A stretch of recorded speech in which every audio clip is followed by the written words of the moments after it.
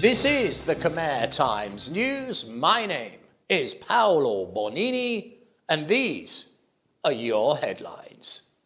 Cambodia looks to help the victims of the earthquake in Turkey. A new bag-snatching epidemic has broken out in Phnom Penh. And dozens of school children faint when they see a shadow. But first, our headline story. Cambodia has sent aid worth $100,000 to the victims of the quake in Turkey. Tens of thousands of people have been killed and scores more injured by the huge quake. The latest death toll quoted is a staggering 25,000 people dead. The quake struck at the worst possible time, in the very early hours of the morning, and it struck right in the dead of winter. It was closely followed by many aftershocks, including one quake that was almost as large as the first.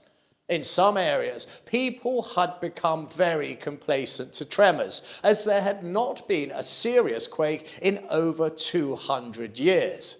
But the question that is now crossing many people's minds is, why was it so very deadly? The first earthquake that struck was big. It was very big. It registered as 7.8 on the Richter scale, and a Professor Walker, head of the Institute for Risk Disaster at the University College of London, said, of the deadliest earthquakes in any given year, only 2 in the past decade have been of equivalent magnitude. But it is not only the power of the tremor that has caused devastation. This incident occurred in the early hours of the morning, when people were inside and were sleeping. And this is a force multiplier, as many people were at their most vulnerable. But there is also another factor, and that is the buildings themselves, often built to a standard that does not suit the risks of living in one of the most dangerous earthquake zones on Earth. Many buildings just folded and collapsed, and the initial quake alone carried over 100 kilometers along the fault line, bringing devastation to a huge swathe of people.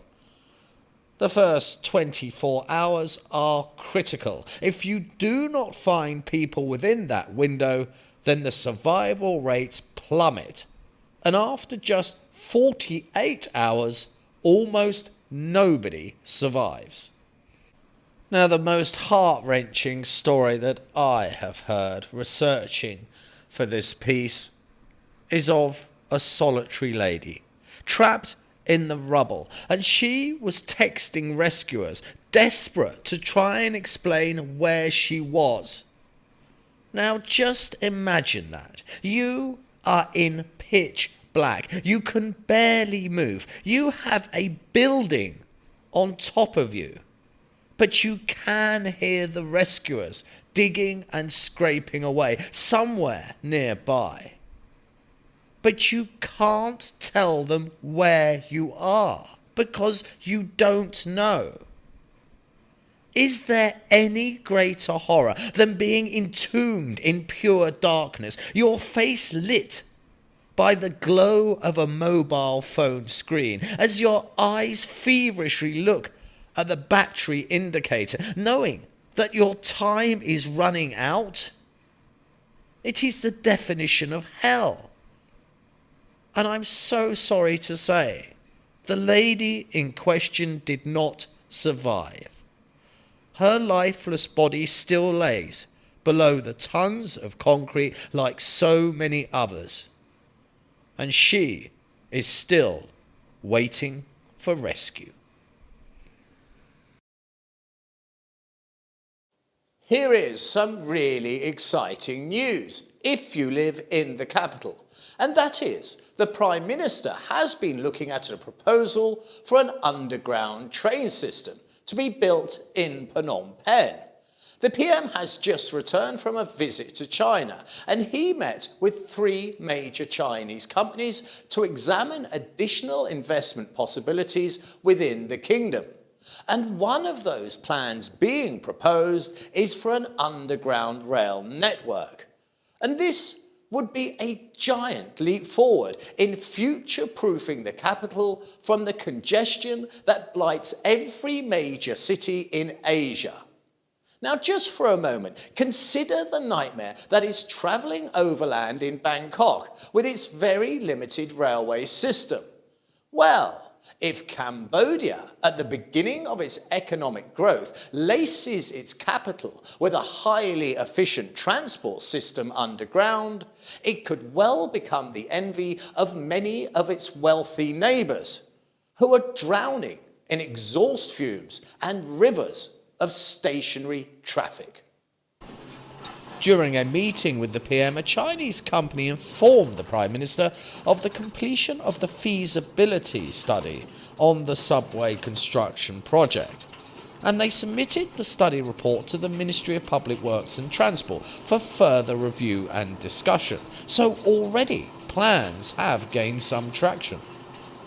Now, a subway system would work on many different levels to any growing economy. It offers a secure, cost-effective and highly efficient way that is dedicated to moving commuters around a sprawling city. It does this with extreme efficiency that is not met by any other transportation system. London was the home of the first subway built by those bold Victorians back in 1863. That's 25 years before Jack the Ripper stalked old London town. Initially, it was stocked with steam trains, which is insane. Having coal-firing trains bellowing out smoke in vast volumes, then entombing the passengers in tunnels with these fire-breathing beasts. But the truth is, it was amazing engineering, and they pulled it off, and in doing so, they gave the world a huge legacy. 38,000 passengers travelled on the very first day alone, back in 1863. But now, the London Underground carries 5 million passengers every single day. That's millions of people descending underground, only to magically appear elsewhere in the city, with no fuss and no trouble. It is truly an amazing achievement of engineering, and would be a huge boost to Phnom Penh in securing its future as a modern and efficient city.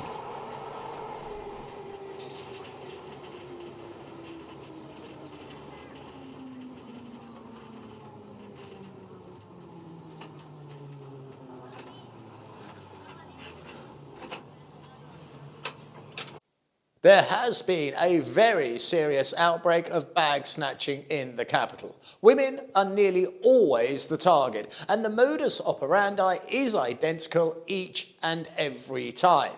A mark is chosen by somebody on the street. Maybe the victim has just left a cash point machine. And as they walk away, a motorbike drives close, and a passenger on that bike grabs the bag. But it is not so simple, as often a woman is dragged into the traffic, and some have suffered horrific injuries, being dragged behind the motorcycle for some distance. But there is also substantial risk to the thieves that in the past has caused some of them to die. Residents feel as though they are now under siege to these criminals, and have asked police to crack down on the crime gangs that are running rampant in a notorious Phnom Penh crime hotspot. Their pleas come as in the past few days they've seen at least another 3 more bag-snatching incidents recorded in Chanpo Sen Che, an area that is rife with crime. Thieves swoop on victims at high speed on motos and rip bags and possessions from innocent victims. And you may well think, well, it's not worth it, is it, for a few dollars and a second-hand mobile phone? Well, this next tale may surprise you. In one snatch, the thieves got away with $200,000, and that has to be a record for the capital. They had stalked a Chinese businessman and then drove by and snatched his bag containing the cash. This pair were hunted down, and in due course they were arrested. They had been identified by CCTV footage in a nearby store where they had been waiting prior to the assault. Now you may be thinking this bag snatching could be quite the lucrative career, but don't think this career choice comes with no risk, as a few years back 2 bag snatchers in Phnom Penh went all in when trying to snatch a woman's bag. They grabbed the bag itself, but her husband fought back. They in return pulled a pistol and fired shots at him 4 times. But this action aroused the local residents, who came to the victim's aid, and they literally beat both criminals to death, leaving them as bloody heaps of meat on the pavement. So you may well take a bag, but you mess up the escape, and the locals may well take your life. Oh, goody, they are at it again. Who is it I'm talking about? Well, it's those pesky school kids, and I can't tell you how much I love this story so. It seems that school kids have got in for yet another bout of mass fainting, but this time we have a sighting of something most sinister indeed, and that is to say, something that stalked the school, and when it came close, it took a form, and that form was of a dark shadow. And it is said by a bunch of teenage girls that this black shadow then reached out and touched some of the students. Then, bingo! It's fainting time, with the usual river of kids being carried out of school to awaiting ambulances, and of course, having the rest of the day off. 56 students fainted at a school in Passat province, but our tale starts with just 12 students showing some signs of anxiety. They then became weak and fainted. Some recovered almost immediately and were rewarded with the rest of the day off school, but others were sent to a hospital for treatment. A doctor there said they could find absolutely no signs of any illness, but the possible cause could have been foul air, which very much harks back to the days of the theory of osmosis that was held very dear in Victorian England. But this is where our tale gets oh so more interesting, as after the initial fainting episodes, the school authorities decided to hold a cleansing ceremony, and it was then that terror struck the hallways, for during that ceremony, 44 students became weak, they cried out, and they fainted as well. Ah! Boom! That was a reconstruction. They were sent to neighbouring hospitals, and to the surprise of absolutely nobody, the medical examinations found no signs of any illness, disease or fever. Of course, there was just one lingering side effect, and that is a truckload of kids were no longer in school, but loafing around in a hospital, and soon they would all be off home. The high school director in a statement said that female students had said they saw a shadow, and that shadow had touched them, and then they had become weak and they had fainted. A Major General of Passat Provincial Police was also drawn into this carnival, and he said, "I have no idea why the students fainted. If it is foul air, it seems very strange, as there are no factories or farms creating any pollution in this area." And he's not wrong. One must look at cause and effect. A few kids fainted. Then this original action was endorsed by the cleansing ceremony, and then yet more kids fainted. So they all went off to hospital, where recovery was as guaranteed as having the rest of the day off school. Now we're glancing at business news, and we see the kingdom's growth story continuing in 2023. Whereas many established economies seem to be wavering due to a huge hike in interest rates that has severely affected not only people, but also businesses. There is also a hike in energy prices due to Russia's continued war of aggression on its neighbours.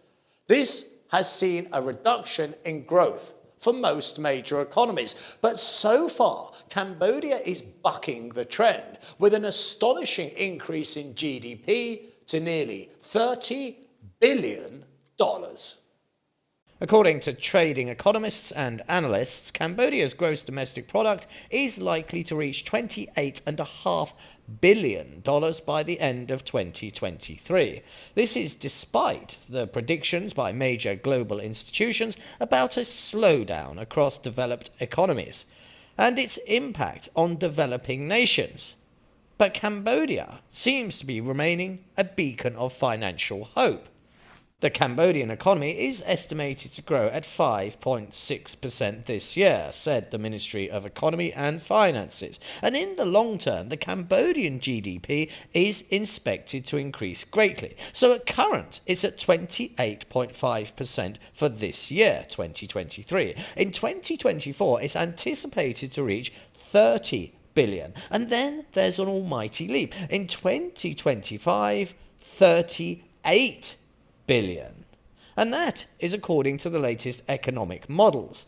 Now, this is in stark contrast to the World Bank, who has been cutting back its global economic growth outlook for 2023 to 1.7% only. It's not just Cambodia, as Laos, Myanmar and Vietnam are also expected to report stronger growth this year, with an increase in domestic demand, but more importantly, a return of the tourism sector, for it is one of the major pillars of their economies. That alone is 18% of Cambodia's GDP. Now, that near 20% boost to the economy is the very platform that looks to launch the kingdom back into a very commanding financial position. And that financial position is one that many a developed economy may well envy. And now it's time to look at our sports news.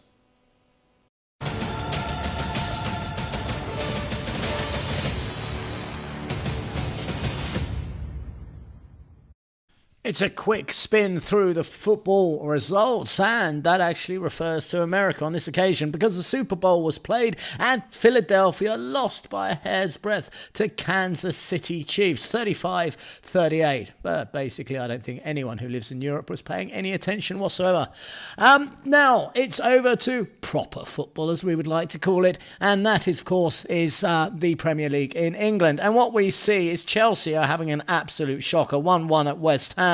Arsenal, same thing, 1-1 at Brentford, and they really needed to win that one because Man U beat Leeds, and Man U are breathing fast on their tail. And we see that as we flip on over now to the Premier League table. There's Arsenal, Man City just a few points behind, and another few points, there's Man U. So Arsenal have Man U and Man City hunting them down like they're a wild fox. Chelsea have a cast down there. They're in 10th position. A terrible season for them. But finally, let's have a quick look at the bottom of the table. We've not been there for a while. Who's holding it up? Well, we've got Southampton, Bournemouth and Everton. And it's about now in the season, everyone's getting the shakes. Because if you get relegated, you're about to lose a pile of money. It's time to have a look ahead and see what the weather has in store for us next week. And here's the most truthful weather forecast you're ever going to hear.